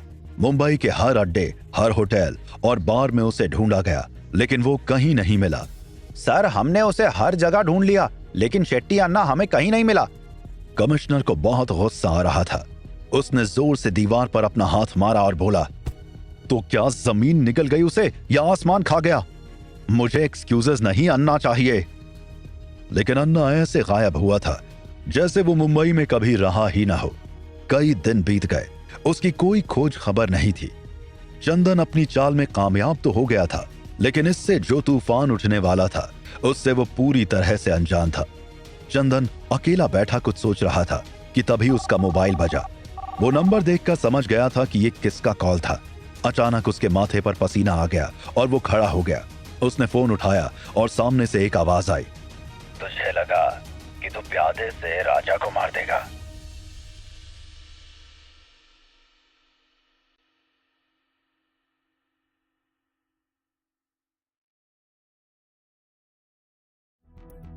मैं यही सोच रहा था कि अब तक आपका फोन क्यों नहीं आया। लेकिन चंदन, तूने बहुत कच्ची चाल चली है। ये तुझे कहीं लेकर नहीं जाएगी। मेरे पास और कोई रास्ता नहीं था असलम भाई। मुझे अपना पॉलिटिकल करियर बचाना था। तूने अपने इंटरव्यू में अपना करियर तो बचा लिया, लेकिन अन्ना का खेल खत्म कर दिया। मैं अन्ना को वापस लाऊंगा, बस एक बार ये चुनाव हो जाए।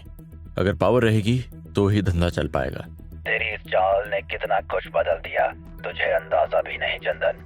तुझे इसका खामियाजा भुगतना पड़ेगा। तूने मेरा नाम लेकर उड़ रही अफवाहों को सही ठहराया है, जिसका असर मेरे ड्रग्स के धंधे पर भी पड़ेगा।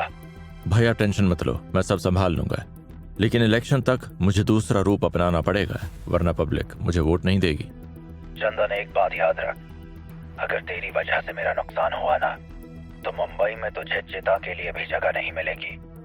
असलम की बात चंदन को बहुत बुरी लगी, लेकिन चंदन जानता था कि असलम कुछ भी करने की हैसियत रखता था। वो चाहे तो अगले ही पल मुंबई आ सकता था और कोई उसका बाल भी बाका नहीं कर पाता। उस वक्त तो चंदन कुछ नहीं बोला और फोन काट दिया, लेकिन वो समझ गया था कि इस असलम नाम की बीमारी से अब उसे निपटना ही होगा, नहीं तो ये साए की तरह पीछा करता रहेगा। इधर विक्रम ने जैसा प्लान किया सब कुछ बिल्कुल वैसा ही हुआ। बस जो एक चीज नहीं हुई थी वो थी अन्ना की गिरफ्तारी। क्या तुम चाहते थे कि अन्ना गिरफ्तार हो? नहीं, मैं कभी नहीं चाहता था, क्योंकि अन्ना ने मेरी बहुत हेल्प की है। लेकिन पुलिस अगर अन्ना को पकड़ लेती तो सारी हवा उस तरफ शिफ्ट हो जाती और फिर हम आराम से धंधा कर सकते थे। हाँ, ये बात सही है।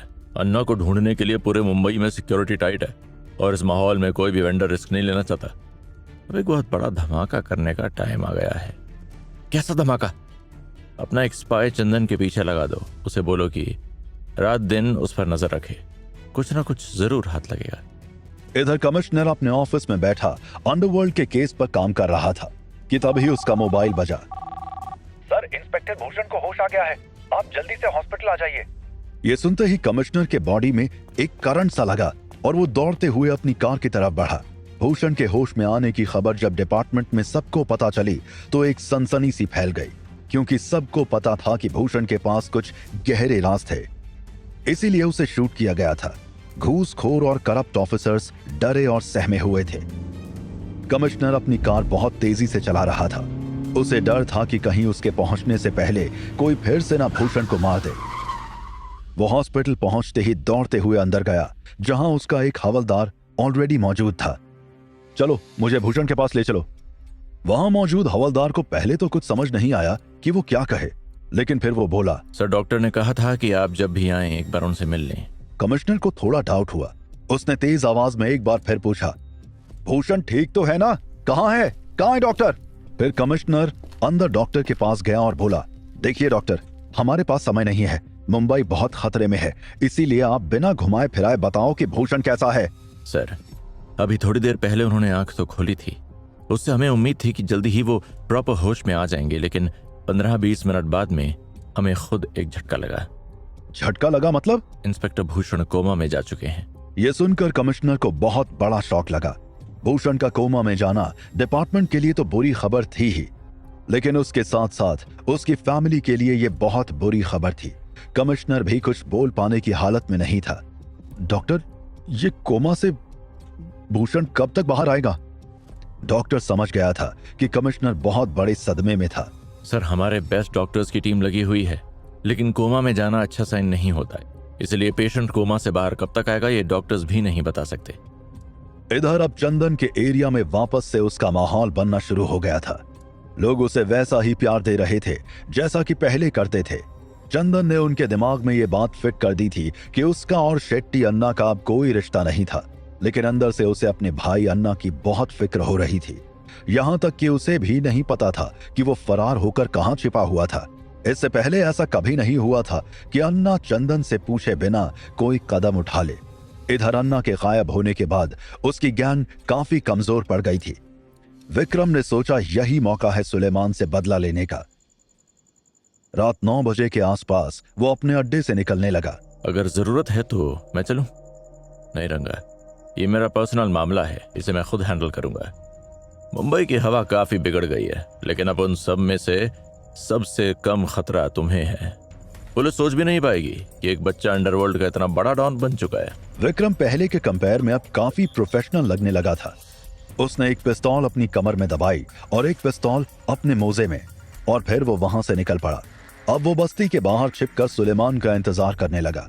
वो वहां लगभग 1 घंटे तक खड़ा रहा, लेकिन सुलेमान नहीं आया। विक्रम बस्ती के अंदर नहीं जा सकता था क्योंकि रिस्क बहुत था, लेकिन 10:30 बजे के आसपास विक्रम ने रंगा को कॉल किया। रंगा, मैं बस्ती के अंदर घुस रहा हूँ। रुक जाओ, वहां जान जाने का रिस्क है। अगर मैंने आज रिस्क नहीं लिया तो वो किसी और की जान ले लेगा। कम से कम हमें वहां पहुंचने तो दो, हम तुम्हें कवर देंगे। कि तभी विक्रम ने जो देखा उसके बाद वो आगे फोन पर कुछ न बोल सका। रंगा, मैं तुम्हें फोन करता हूँ, रुको। मेरी बात सुनो। Hello hello hello. विक्रम ने देखा कि रुचि सबकी नजरें बचाकर बस्ती से बाहर आ रही थी। ये सही मौका है, आज रुचि से बात करके ही रहूंगा। अगर रुचि घर से बाहर आई थी तो इसका मतलब साफ था कि सुलेमान घर में नहीं होगा। अब रुचि से बात करने में उसे किसी से डरने की जरूरत भी नहीं होगी। रुचि जैसे जैसे बस्ती से थोड़ा बाहर निकली, विक्रम ने देखा कि रुचि ने सिंपल सलवार कुर्ता पहन रखा था। वो रुचि के पास जाने के लिए बढ़ने ही वाला था कि तभी फिर से रुचि के सामने एक कार रुकी और वो उसमें बैठकर चली गई। रुचि, रुचि, आज तो मैं तुमसे बात करके ही रहूंगा। और फिर विक्रम एक ऑटो में बैठकर उस कार का पीछा करने लगा। भैया, ऑटो जितना तेज दौड़ा सकते हो दौड़ाओ। अरे भैया, लेकिन दौड़ाना कहाँ है? वो कार जा रही है ना, बस उसी के पीछे लगा के रखना। थोड़ी देर चेज करने के बाद कार एक जगह रुकी। विक्रम भी अपने ऑटो से थोड़ी दूरी पर ही उतर गया और वहां पर मौजूद पान की टपरी से कुछ खरीदने का नाटक करने लगा। कार से उतरने के बाद रुचि ने अपने चारों तरफ देखा और फिर वो एक आदमी की तरफ बढ़ने लगी जो शायद उसी का इंतजार कर रहा था। इधर विक्रम उस आदमी को साफ साफ नहीं देख पा रहा था, इसीलिए वो भी छुपते छुपाते उनकी तरफ बढ़ने लगा। रुचि उस आदमी के पास पहुंची। आज तुम आधे घंटे लेट हो। सॉरी सर, आसपास का माहौल शांत होने का वेट कर रही थी। विक्रम ने जब रोड लाइट की रोशनी में ध्यान से उस आदमी को देखा तो उसके पैरों तले जमीन खिसक गई। वो आदमी कोई और नहीं बल्कि कमिश्नर सुदीप था। विक्रम को इससे बड़ा शौक पहले कब लगा था उसे याद भी नहीं। ओह माय गॉड, इसका मतलब अन्ना के गैंग की सारी खबरें रुचि।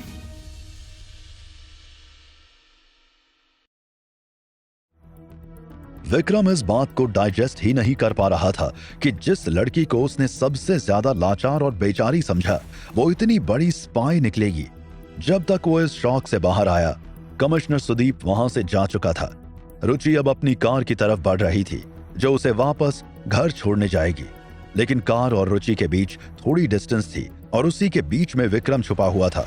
रुचि ने जैसे ही 10-12 कदम अपनी कार की तरफ बढ़ाए, विक्रम ने उसे पान की टपरी के पीछे खींच लिया। रुचि जैसे ही चिल्लाने को हुई, उसने उसका मुंह दबा लिया।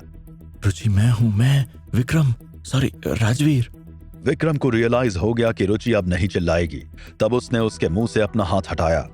रुचि धीमी आवाज में गुस्सा करते हुए बोली, भाई तू यहाँ क्या कर रहा है? क्या तू अब मरकर ही मानेगा? तू मुझे बोल रही है ये सब, और तू क्या कर रही है? मैं तुझे जितना कहती हूँ तू बस उतना कर। भाग जा यहाँ से, भाग जा, और फिर कभी लौट कर इधर मत आना। मैं वापस नहीं जा सकता रुचि, लेकिन आज मुझे अपना सच बताना ही होगा। तुम ये सब क्यों कर रही हो और कब से? अभी इसका टाइम नहीं है। बस तू इतना समझ ले कि ये एक ट्रैप है, और अगर एक बार यहाँ घुस गए तो फिर कभी नहीं निकल सकते। मैं इसीलिए तुझे समझा रही हूँ कि निकल जा इस दुनिया से, और माँ पापा का ध्यान रख। मैं बहुत आगे निकल गया हूँ और अब सबसे आगे जाना चाहता हूँ, लेकिन तू कमिश्नर के लिए स्पाई का काम कब से कर रही है? मैं पिछले 4 सालों से कमिश्नर की स्पाई हूँ। लेकिन तूने ऐसा क्यों किया? ऐसी क्या मजबूरी थी? तुझे शायद अभी याद ना हो, लेकिन क्लास 11th में तेरे साथ हुए उस हादसे ने मेरी पूरी जिंदगी बदल दी। बस उस दिन मैंने ठान लिया था कि मुझे लाइफ में क्या करना है। रुचि की बात सुन विक्रम सोच में पड़ गया कि आखिर राजवीर के साथ उस वक्त ऐसा क्या हुआ था कि रुचि को इतना बड़ा फैसला लेना पड़ गया। लेकिन ये वक्त ये सब सोचने का नहीं था। विक्रम ने बस हाँ में सर हिला दिया। हाँ, मुझे सब कुछ अच्छे से याद है। तेरे लिए लड़ते लड़ते कब मैं फैमिली के लिए लड़ना सीख गई पता ही नहीं चला।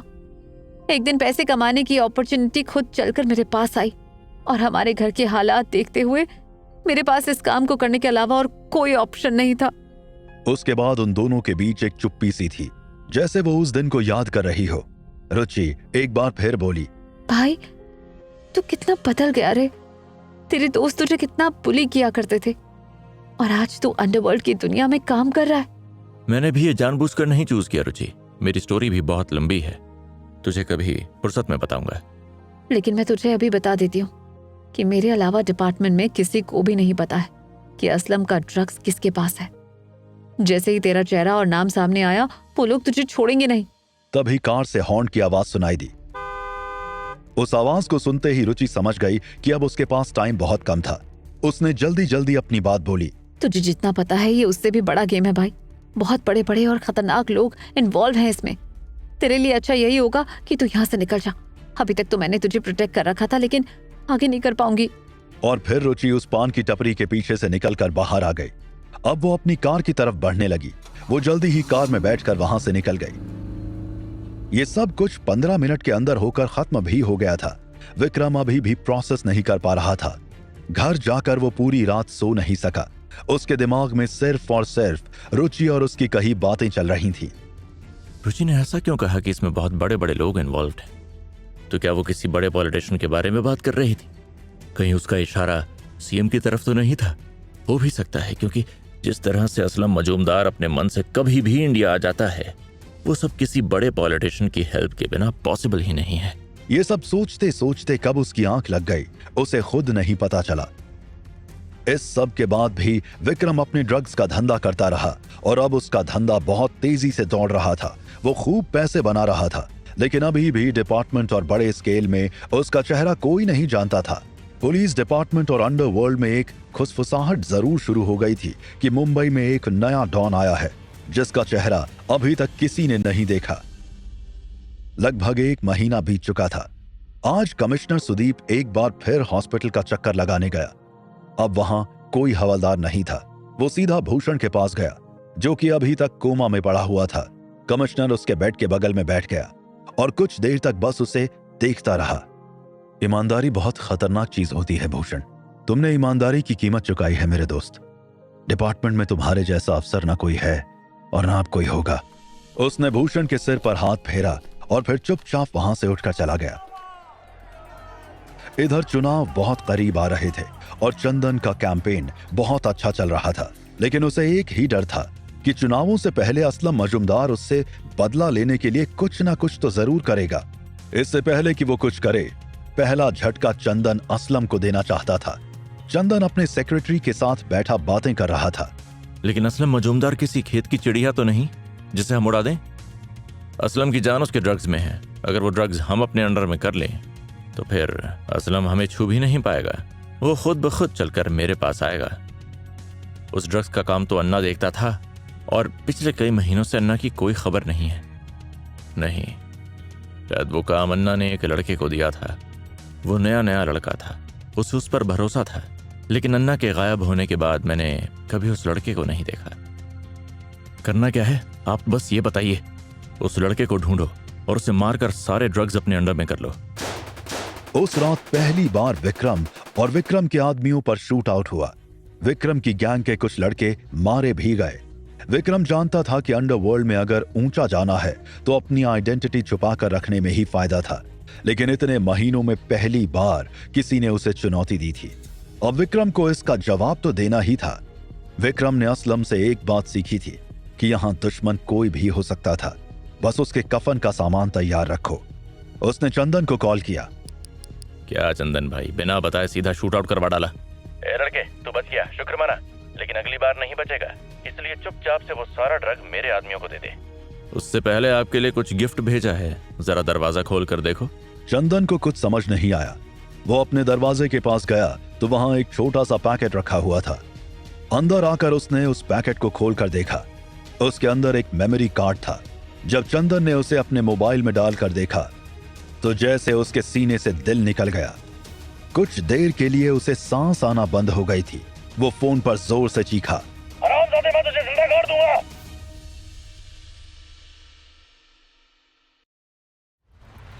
चंदन ने जो देखा वो भयानक था। कुछ ऐसा जो उसकी पूरी लाइफ और करियर खराब कर सकता था।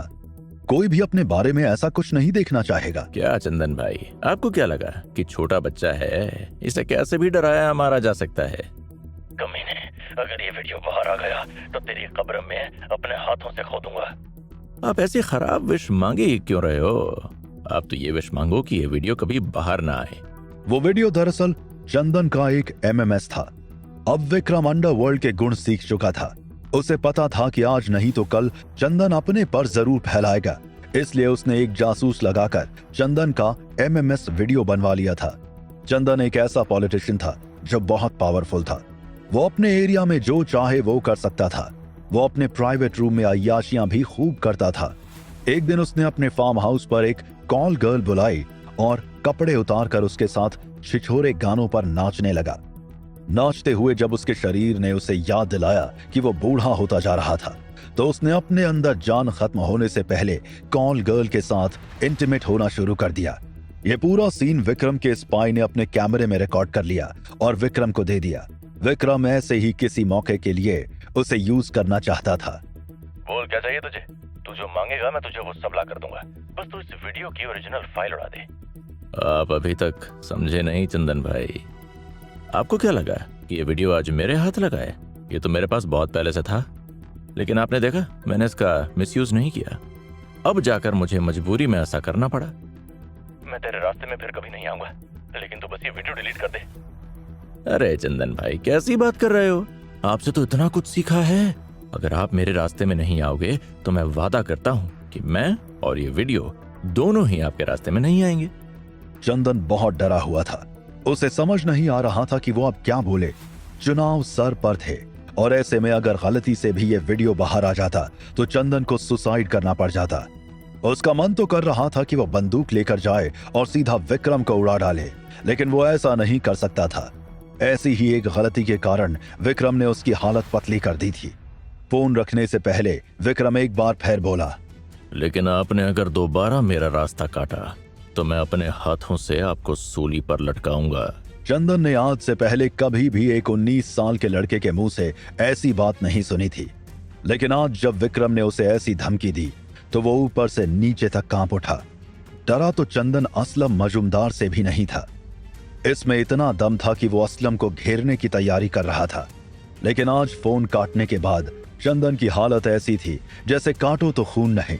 विक्रम ने उसे इस लायक भी नहीं छोड़ा था कि चंदन उससे बदला लेने के बारे में सोच भी सके। चंदन को चुप कराने के बाद अब विक्रम के रास्ते में कोई नहीं था। और अब वो मुंबई में दबा के ड्रग्स का धंधा कर रहा था। धीरे धीरे वो अपने घर की हालत भी ठीक कर रहा था, लेकिन ऐसा नहीं था कि उसके माँ बाप उस पर शक नहीं करते थे। एक दिन जब वो खाना खाने बैठा तो उसके पापा ने गुस्से से उससे कहा, राजवीर, तूने ये नया फ्रिज और ये बड़ी टीवी क्यों खरीदी? देखने के लिए खरीदी पापा। आप और माँ पूरे दिन घर में रहते हो, आराम से टीवी देखकर आपका टाइम पास होगा। तो मुझे बेवकूफ समझता है क्या? तुझे क्या लगता है कि मुझे कुछ दिखाई नहीं देता? इतना सब सुनने की विक्रम की भी आदत नहीं रही थी, लेकिन वो जानता था कि माँ और पापा के लिए वो विक्रम नहीं राजवीर था। इसीलिए उसने अपने गुस्से को दबा लिया। पापा, लड़के तो अपने पेरेंट्स के लिए क्या क्या नहीं करते, और क्या मैं टीवी और फ्रिज भी नहीं ला सकता? हाँ, ला सकता है, लेकिन 2 नंबर के पैसों से नहीं। क्या मुझे पता नहीं कि तू गैंगस्टर लोगों के साथ काम करता है? पापा, मैं जो कर रहा हूँ सोच समझ के कर रहा हूँ, और आप लोगों के लिए ही कर रहा हूँ। लेकिन तू हमारे लिए इन बुरे लोगों के साथ काम मत कर बेटा। हमें नहीं चाहिए टीवी, फ्रिज और पैसे। हम तो अपनी जिंदगी में खुश हैं। विक्रम खाते खाते अचानक से रुक गया। उसके दिमाग में इतना कुछ चल रहा था कि वो अपनी एनर्जी इन सब में नहीं इन्वेस्ट करना चाहता था। कहाँ खुश हो आप लोग? बिल्कुल खुश नहीं हो आप लोग बस खुश होने का नाटक कर रहे हो। हमारे जैसे लोग जिंदगी भर इसलिए गरीब रह जाते हैं क्योंकि हमारे बनाए गए उसूल ही गरीब होते हैं। जिन उसूलों को आज तू गाली दे रहा है ना, उन्हीं उसूलों में चलते हुए तू 19 साल का हुआ है। और उन्हीं उसूलों के चलते 3 साल पहले मेरी बहन घर से भाग गई। आपको पता भी है कि अगर हमारी फाइनेंशियल कंडीशन ठीक होती तो शायद रुचि कभी यहाँ से जाती ही नहीं। विक्रम की इस बात से जैसे उसके पापा के गाल पर एक तमाचा सा लगा। कहीं ना कहीं उन्हें हमेशा से इस बात का एहसास था कि वो अपने बच्चों को आरामदायक जिंदगी नहीं दे सके, लेकिन उन्होंने कभी सपने में भी नहीं सोचा था कि उनका बेटा एक दिन उनके सामने ये बात बोलेगा। उन्हें अंदर से बहुत सदमा लगा और उनकी आंखों से आंसू आ गए। इधर विक्रम समझ गया था कि उसने गलती से बहुत बड़ी बात बोल दी थी, इसीलिए वो चुपचाप वहां से उठकर चला गया। बाद में उसे बहुत पछतावा भी हुआ। आज वो काफी दिन बाद ऋचा से मिल रहा था। राजवीर, हम पूरे 8 दिन बाद मिल रहे हैं। हाँ, एक्चुअली ऋचा में थोड़ा बिजी था, इसलिए हम मिल नहीं पाए। देखो राजवीर, मैं जानती हूँ कि अब तुम पहले वाले राजवीर नहीं रहे, और शायद इसीलिए मैं तुम्हारे इतना करीब आई हूँ। बस मैं चाहती हूँ कि तुम भी ये बात जान लो कि I like you very much. I know Richa, लेकिन विक्रम अपनी बात पूरी कर पाता उससे पहले ऋचा फिर से बोल पड़ी। और ऐसा बिल्कुल नहीं कि तुम भी मेरे लिए सेम फील करो, लेकिन जो भी है एटलीस्ट मुझे बता दो। नहीं, ऐसा कुछ नहीं है ऋचा। देखो, बात ऐसी है कि वो मैं जो हूँ वो नहीं, जिसे तुम मैं नहीं, देखो ऐसा है कि Vikram, are you okay? Yes, I am very much okay. तो फिर तुम साफ साफ कहो कि क्या कहना चाहते हो। हाँ ऋचा, एक्चुअली मुझे काफी दिनों से तुम्हें कुछ बताना था। हाँ विक्रम, तुम बोलो ना, आई एम लिसनिंग। देखो ऋचा, 7-8 मंथ्स पुरानी बात है। मैं ऑलमोस्ट कि तभी विक्रम का मोबाइल बजने लगा। जब उसने देखा तो ये कॉल सीधा दुबई से था। वो समझ गया कि दूसरी तरफ कौन होगा। I am sorry Richa, it's very urgent. मुझे अभी यहाँ से जाना होगा। मैं तुमसे कल पक्का मिलता हूँ। इतना बोल विक्रम दौड़ता हुआ वहां से निकल गया। ऋचा एकदम हैरान थी कि डेट के बीच में कोई ऐसे कैसे भाग सकता था। उसे बहुत बुरा फील हुआ। इधर विक्रम दौड़ता हुआ सीधा अपनी कार में पहुंचा और उसने कॉल पिक किया। हेलो सलाम भाई। अगली बार से फोन उठाने में इतना टाइम नहीं लगना चाहिए। सॉरी भाई, वो मैं घर के अंदर था। तू तो मेरी उम्मीदों पर खरा उतरा। आखिर तूने अपने हर नेटवर्क में ड्रग्स फैला दिया। जी भाई, ये तो बस शुरुआत है। मैं हमारे कोकीन को हर शहर में पहुंचा दूंगा। लेकिन तू ऐसा तभी कर पाएगा जब मेरा पैसा टाइम पर भेजेगा।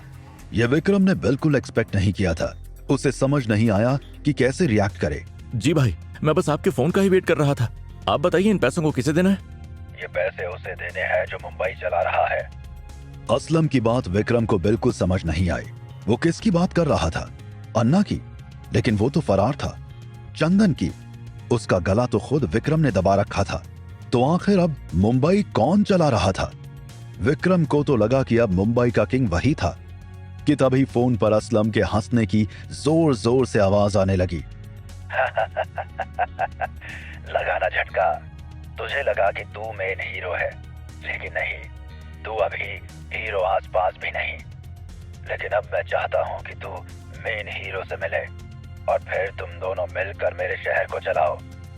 इसीलिए पैसे लेकर भी तू ही जाएगा। जी भाई, आप जैसा कहें।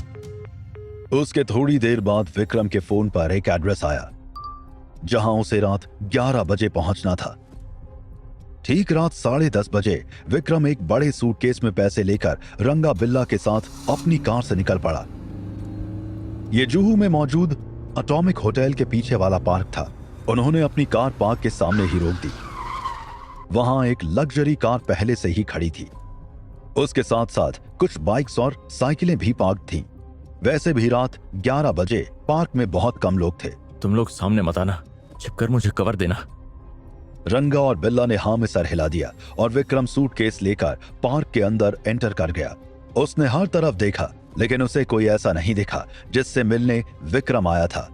फिर उसकी नजर दूर एक आदमी पर पड़ी जिसकी बैक विक्रम की तरफ थी। वो पार्क के अंदर लगी एक बेंच पर बैठा था और उसके हाथ में एक सिगरेट दिख रही थी। उस आदमी की पीठ अपनी तरफ होने के कारण विक्रम को उसका चेहरा नहीं दिख रहा था। विक्रम धीरे धीरे उसकी तरफ बढ़ने लगा। जैसे जैसे विक्रम उस आदमी के पास पहुंचने लगा उसे ऐसा लगा जैसे वो उसे पहले से जानता था।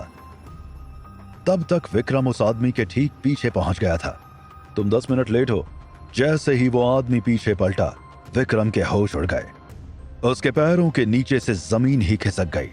उसके मुंह से बस एक ही शब्द निकला, कमिश्नर सर।